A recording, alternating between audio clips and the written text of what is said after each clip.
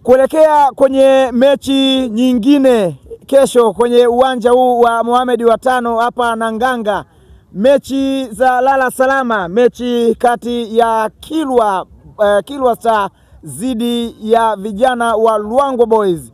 Kama ambavyo tumesema kwamba wachezaji na benchi lote la ufundi na kile unachokijua wewe kizuri chenye kutafuta matokeo tayari kimepatikana, kiko hapa uwanjani. Vijana wa Kilwa Star hawajataka kabisa kupoteza muda, wasije watu wakaweka na pressure, mara wapite watoke Kilwa wafike na Ngurukuru mpaka kufika Nanganga. Hawa hawezi kuja, wao wameamua kuja leo, na ndio inakuwa timu ya kwanza kulala kwenye ardhi ya Nanganga kujiandaa na mchezo unaofuata. Tukaona tupate nafasi ya kuzungumza na mwalimu wa kikosi hiki cha Kilwa Star ambao atatuambia sasa maandalizi yao kutoka Kilwa Masoko mpaka Nanganga. Si safari ya kawaida, bila shaka kipo ambacho wamekifuata hapa Nanganga. Kocha, mambo vipi?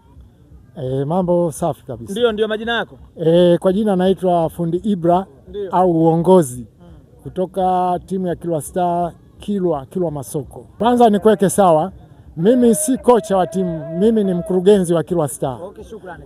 Kocha yuko Lindi kidogo, ana majukumu ya kikazi, lakini kesho asubuhi tutakuwa naye hapa. Kwanza tunamshukuru Mwenyezi Mungu kwa kupata mwaliko wa kucheza Masala Cup kwa mara ya kwanza, lakini kwetu sisi hii ni fursa ya kuwaonyesha watu wa Nanganga kwamba nasi Kilwa mpira upo. Sisi ni wanafainali mara nyingi tu katika ligi ya mkoa wa Lindi, na pia katika FA hii ya CRDB tumeshacheza sana tukiwakilisha mkoa wetu wa Lindi. Hivyo basi tunakuja hapa kwa nia moja, nia ya kuja kushindana na kuja kuchukua ubingwa hapa Nanganga. Kwa hiyo kama inasemekana kwamba labda watu wamebeti kwa timu za hapa, basi sisi watubetie, na sisi tunataka kuwaonyesha kesho tumekuja na kitu gani.